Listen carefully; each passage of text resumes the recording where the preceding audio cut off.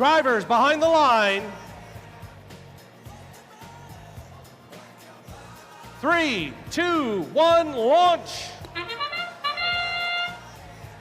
Don't let the low rankings fool you. We got some outstanding teams in this match. 4911 delivers their gear quickly for red.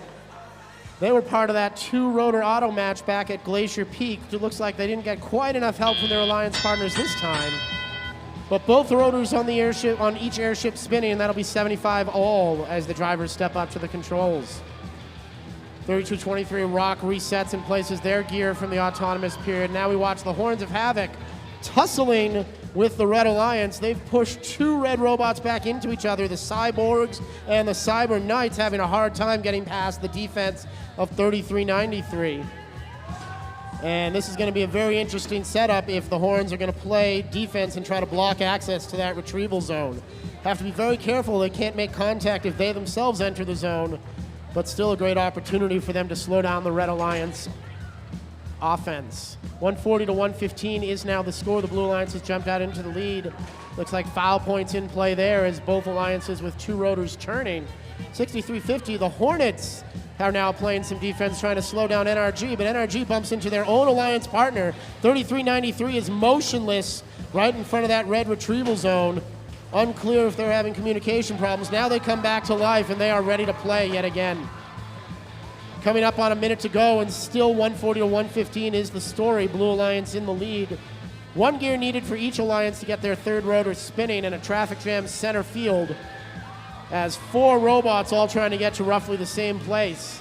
6350, the Hornets, they're playing blocker, linebacker in the center of the field there as they want to keep 948 or at least slow them down as they try to get back to their airship. Hornets pulling out of the way, making sure they don't get called for a pinning or blockading penalty, but still slowing down 948 just enough to perhaps take that 4th rotor out of play as the end game begins. NRG is able to get that gear on board, though, and they'll spin up the 3rd rotor to retake the lead, 180 to 155. Now 4911 putting some fuel in the red boiler. 1 kilopascal, now 2. It's not much, but it could be all they need depending on how many robots get ready for flight. All 3 blue robots already on board. There's 2 for red. Here come the Cyborgs. That's all 3. And as the buzzer sounds, we've got ourselves a very close match here in qualification match number 41.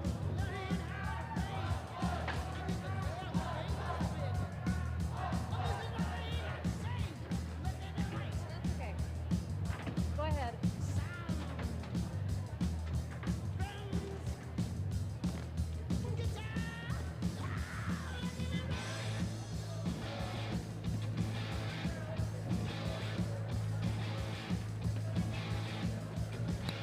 Scores in and confirmed for match number 41, and the airships fly through the air. Victory in this one to the Blue Alliance, 330 to 310, and it looks like that one is the result of fuel points, or excuse me, foul points, as everything pretty much even. But the 2 ranking points do go to the Blue Alliance in the end here. Absolutely, and it's those penalty points that can really make or break a match. It's sad to see it happen. It's really unfortunate. We actually had a yellow card.